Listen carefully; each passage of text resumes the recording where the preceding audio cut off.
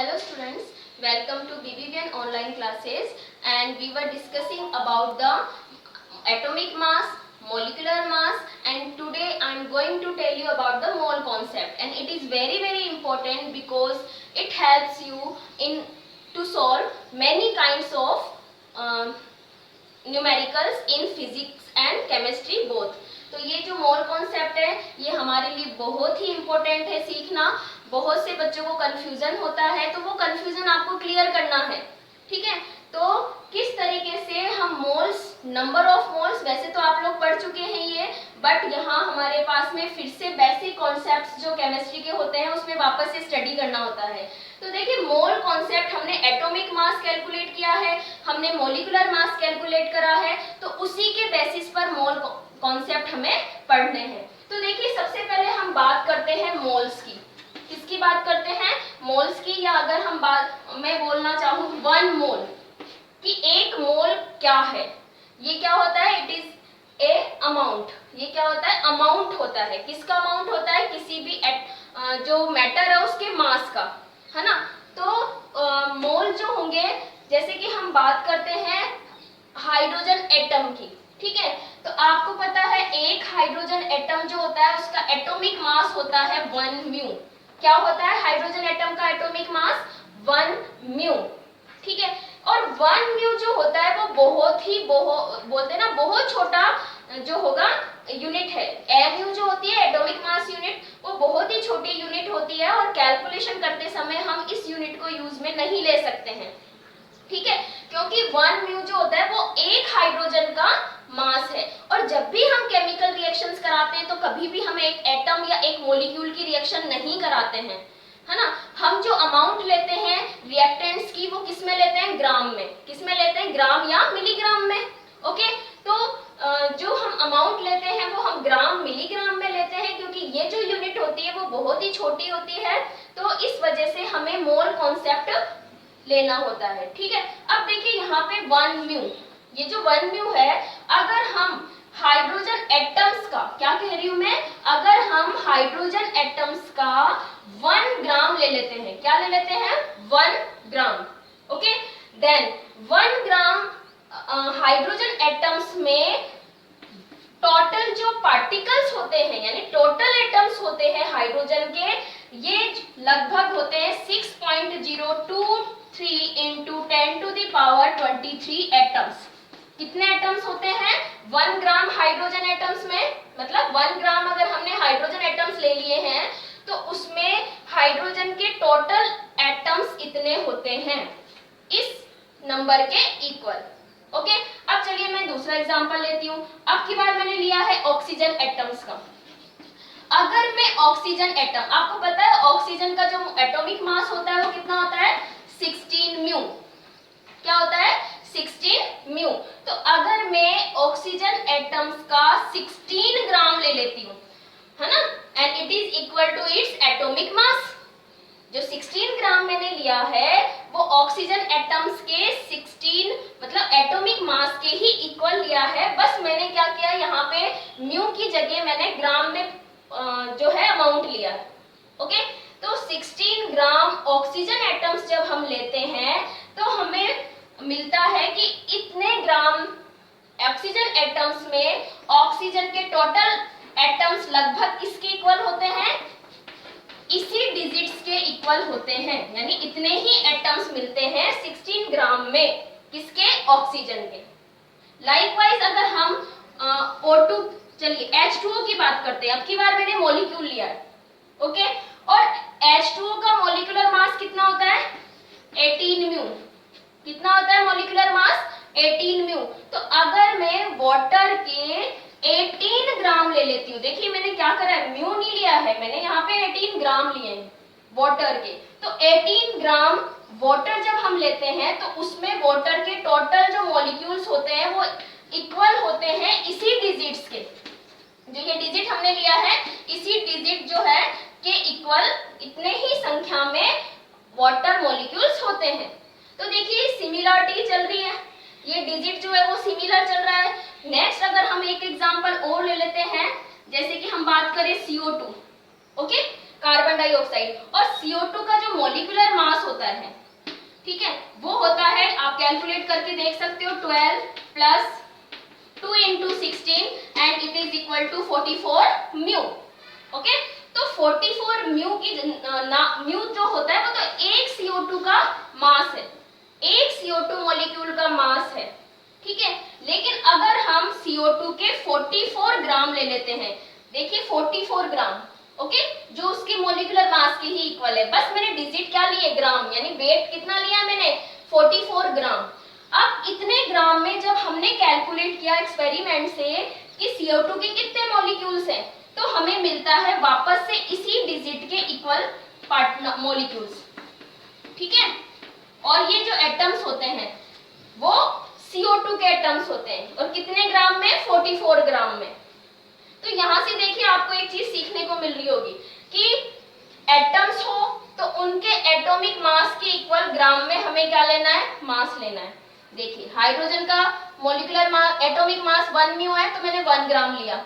Oxygen का atomic mass 16 mu है, तो मैंने 16 ग्राम लिया है। H2O का मॉलिक्यूलर मास 18 म्यू है एक एटम का, बट मैंने 18 ग्राम लिया है। ओके, CO2 का मॉलिक्यूलर मास जो होता है वो 44 म्यू होता है, बट मैंने यहाँ पे 44 ग्राम लिया है। और इतने जब मैंने ये ग्राम में लिए हैं मास, तब हमें मिला by experiment that 1 gram of hydrogen atoms contain 6.023 10 to the power 23 atoms of hydrogen.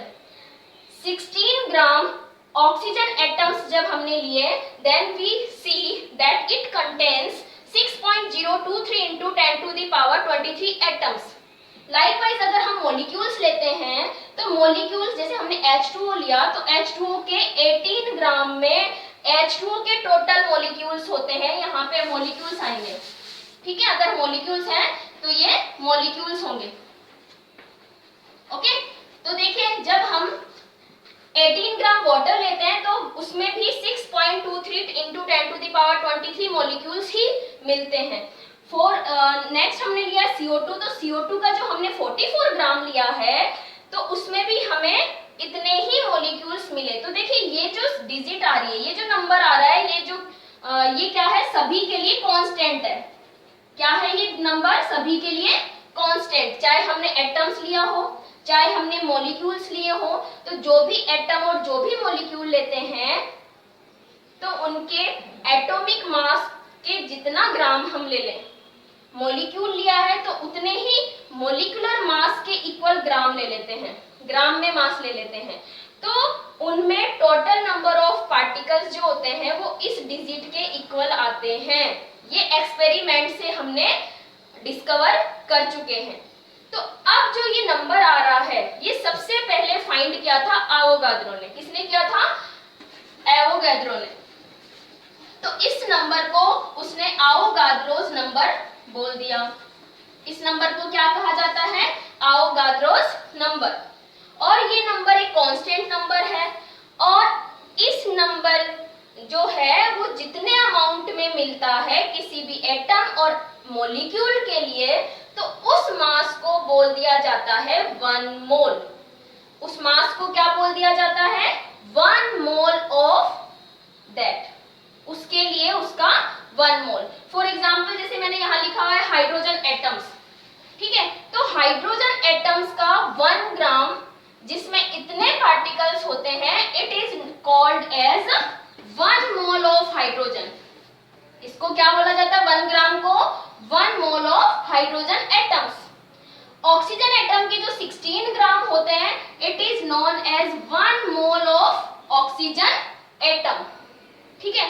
18 gram water molecules मैंने लिए हैं, तो 18 ग्राम क्या होता है, 1 mole of water molecule. 44 gram मैंने CO2 के लिए लिया है, then it is known as 1 mole of CO2 molecules. तो यहां से हम मोल्स को कैसे डिफाइन कर सकते हैं कि इन 1 मोल ऑफ एनी सब्सटेंस, सुनिए ध्यान से, 1 mole of any substance always contains 6.023 into 10 to the power 23 particles. किसी भी सब्सटेंस के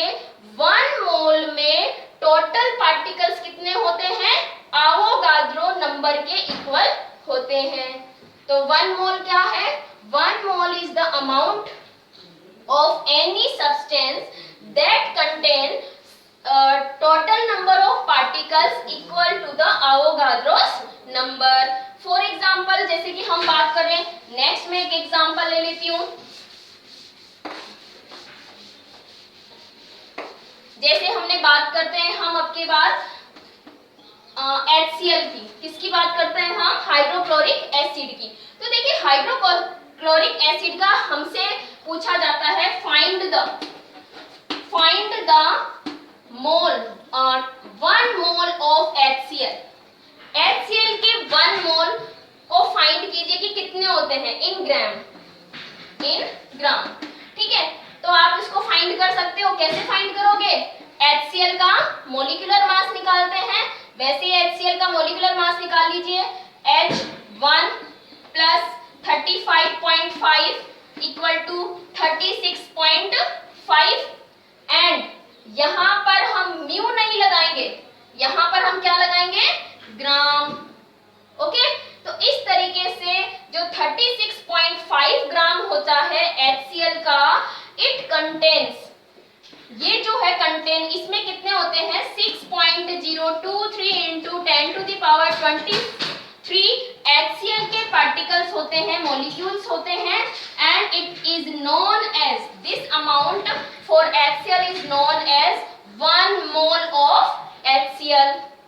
अगर हमसे पूछा जाए find 2 mole of HCl in gram, HCl के 2 मोल बताइए, उसमें कितने ग्राम में 2 मोल होंगे? तो आप क्या कर दोगे? इसको 2 से मल्टीप्लाई कर दोगे। आपको पता है 1 मोल में इतने ग्राम होते हैं, तो 2 मोल में कितने हो जाएंगे? 2 इंटू 36.5। तो ये जो आंसर आएगा वो 2 मोल्स ग्राम में आ जाएंगे। ओके, तो इस तरीके से हम मोल्स कैलकुलेट कर सकते हैं।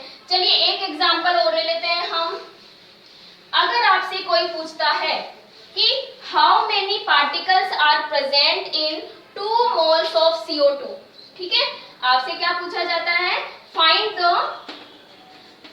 The total number of particles या total number of molecules of CO2 in 2 moles। ठीक है, आपको पता है कि अभी हमने बात करी है कि किसी भी मॉलिक्यूल के या सब्सटेंस के 1 मोल में टोटल पार्टिकल्स कितने होते हैं? आवोगाद्रो नंबर के इक्वल। ओके, तो CO2 के 1 मोल में पार्टिकल्स कितने होते हैं? In 1 mole of CO2 contains total number of molecules किसके इक्वल? आवोगाद्रो नंबर के equal, and that is this number। Okay, now in, या हम लिख सकते हैं hence in 2 moles of CO2 contain कितने हो जाएंगे? 1 मोल में इतने होते हैं, तो 2 मोल में इसको 2 से मल्टीप्लाई कर दो, तो क्या हो जाएगा? 2 into 6.023 into 10 to the power 23 particles. Okay, अगर आपसे पूछा जाए कि जो वो मैंने यहाँ पे CO2 लिया है, मैं अगर यहाँ पे CO2 ना लेकर और यहाँ पे ले लेती हूँ H2O, क्या ले लेती हूँ मैं यहाँ पे? H2O। तो अगर आपसे पूछा जाए find the total number of molecules of H2O in 36 gram of water के 36 ग्राम में हमें total number of particles find करने हैं। तो आपको पता है कि 1 मोल जो H2O का होता है, it contains total number of molecules equal to the Avogadro number, and that is 6.023 into 10 to the power 23।